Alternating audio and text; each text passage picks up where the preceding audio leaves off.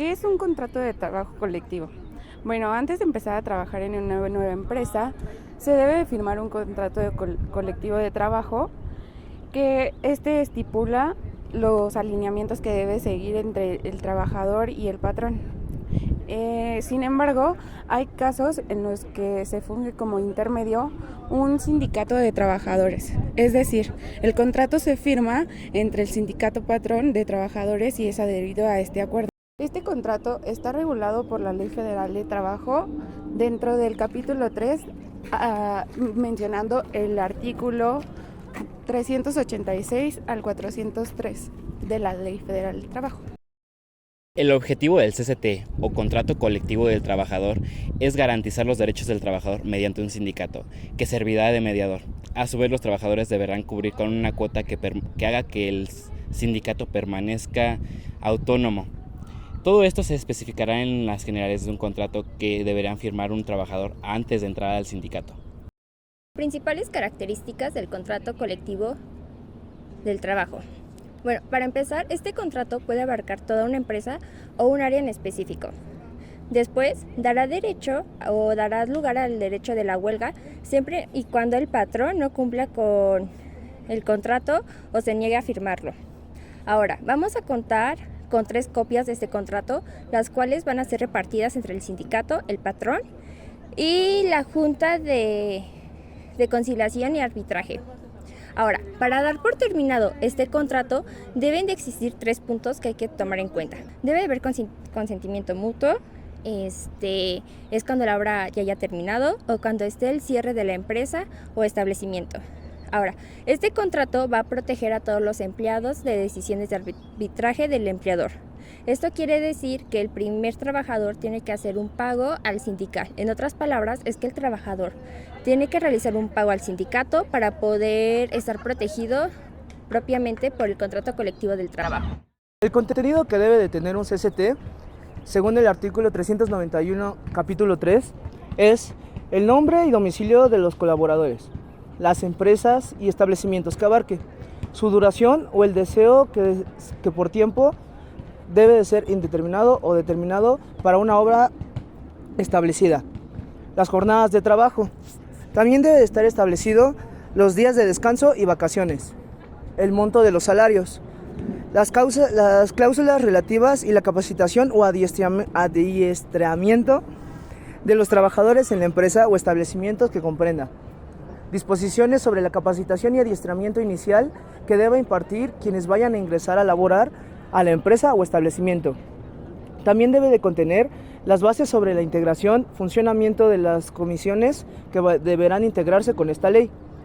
Además, estipulaciones que convengan las partes.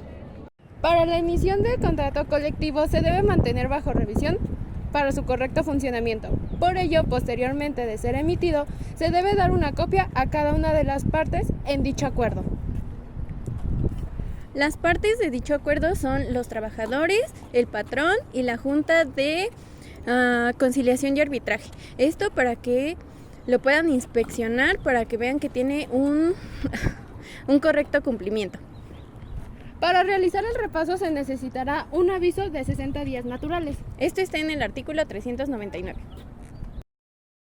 ¿Cuándo se termina un contrato colectivo del trabajo? Según la Ley 401, se termina por mutuo consentimiento previa aprobación de la mayoría de los trabajadores, conforme al procedimiento contemplado en el artículo 390 de la misma. También se puede terminar cuando la obra se dé por terminada y por cierre de la empresa.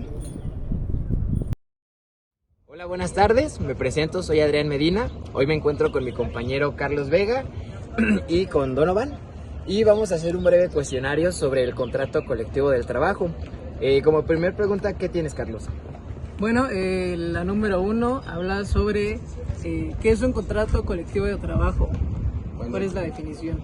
Por lo que yo tengo entendido es que el contrato colectivo de trabajo es cuando un trabajador va a entrar a una empresa, la empresa tiene la obligación de entregarle al trabajador un contrato que diga pues, todo lo que lleva la empresa, o sea, su comisión, misión, responsabilidades, todo lo que abarca para que el trabajador esté de acuerdo. Ok. La número 2 menciona algunas características de un contrato colectivo. Pero en este caso, por ejemplo, la empresa también depende si quiere abarcar su contrato colectivo en todas las áreas o solo puede especificarla en una área en específico. La fuerza tiene que aplicar en toda la empresa. Dale. La número 3 es acerca de los artículos y qué artículos avalan un contrato colectivo o cuáles artículos se integran. Ok, esto va del capítulo 3, del artículo 386 al 403. Ok.